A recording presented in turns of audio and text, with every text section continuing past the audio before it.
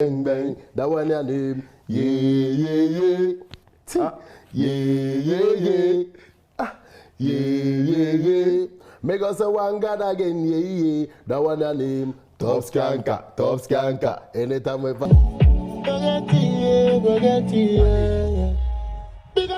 Charlie, don't you all love the bromance between Mohammed Kudus and Stonebwoy? I'm sure lots of you have seen the viral videos of Stonebwoy minutes before the start of the game between West Ham and Newcastle. Charlie, the bond, the vibe, a big, musician from Ghana supporting a big football star, and the relationship is so strong. You know, Stonebwoy and Mohammed Kudus have been this for some years now, almost 2 or 3 years. Mohammed Kudus has always been lauding Stonebwoy anytime he's asked a question of what he does. And I listened to Mohammed Kudus when he got injured at Ajax and said during the period of his injury, like 3 or 4 months, he became very spiritual and got deeply immersed in Stonebwoy's music. So the music spoke to him. He began to understand the lyrics much more, and that's where he fell in love with Stonebwoy's music to the core.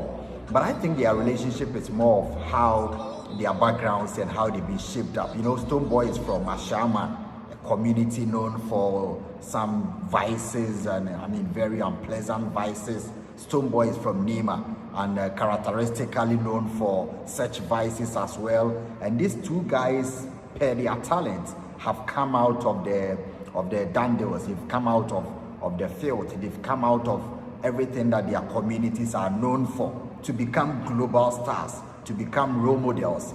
And I like the fact that they have paired up using music and football as tools to be role models and as tools to shape people's lives and people in these communities to know that they can also become global stars, they can become better, and these communities are not only known for bad social acts and vices, but once you hone your talent very well, you can become better.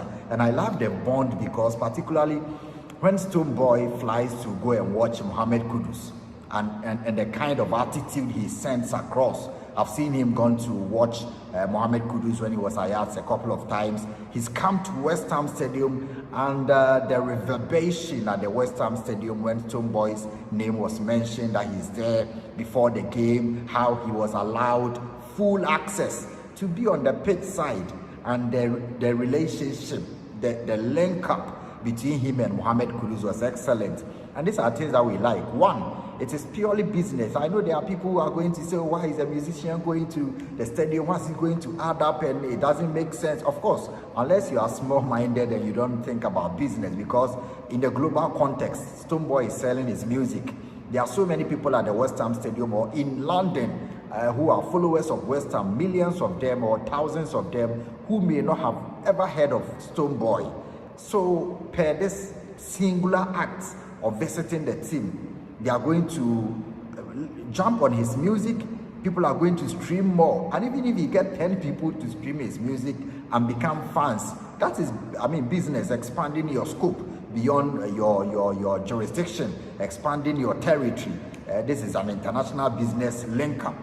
Also for Stonebwoy, he's trying to get more football fans behind him, get more sporting fans behind him. And he's also trying to shape the opinion of people with regards to the kind of music he makes.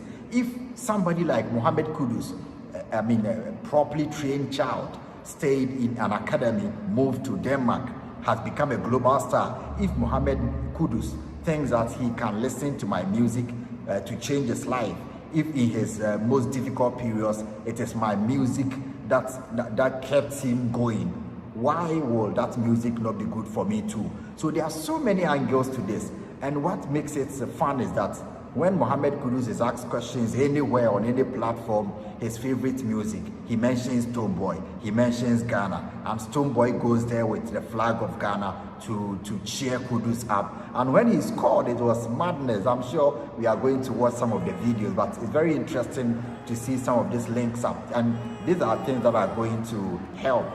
If every musician in Ghana has one big star, not only in football, in boxing, if Isaac Dogbe goes to, for a bout somewhere and there is a musician following him, you are selling your music beyond the core music group, music-loving fans. You've delved into other uncharted waters, other places that you've never been to, and this is how you sell. You do not always restrict your business to the environment that your music is known. And so internationally, Stonebwoy is going to amass more fans from today's game. There are people who are going to Google who Stonebwoy is, and that's your social capital.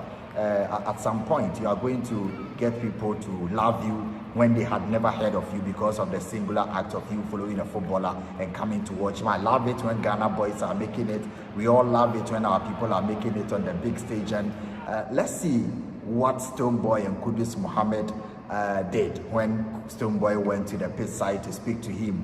Yes, and also what informed Stonebwoy to go to the stadium. And even after the game, it was interesting to see the reaction of Stonebwoy, and particularly I would want us to also listen to Mohammed Kudus and what he thinks was the main reason why he started listening to Stonebwoy music. It's fun, and we all got to love it when Ghana boys are making it big.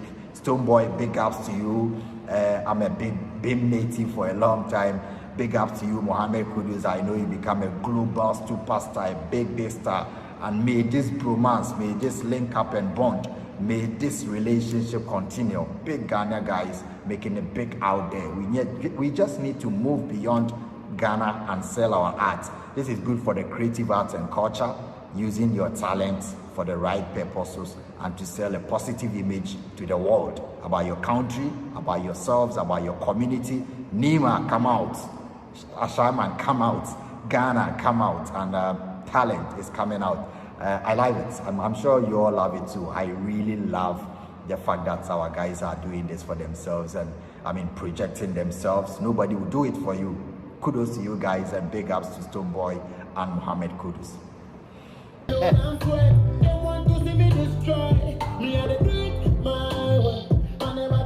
Most of the songs I relate to the lyrics. So yeah, most of his songs are spiritual to me, and I think you got to know about him from when I got injured and I was playing most of his songs in the rehab times, and yeah, I just relate to it spiritually and most of it on how it can impact on myself. So yeah, I love the lyrics. Composing music has been... You're alive, you're alive.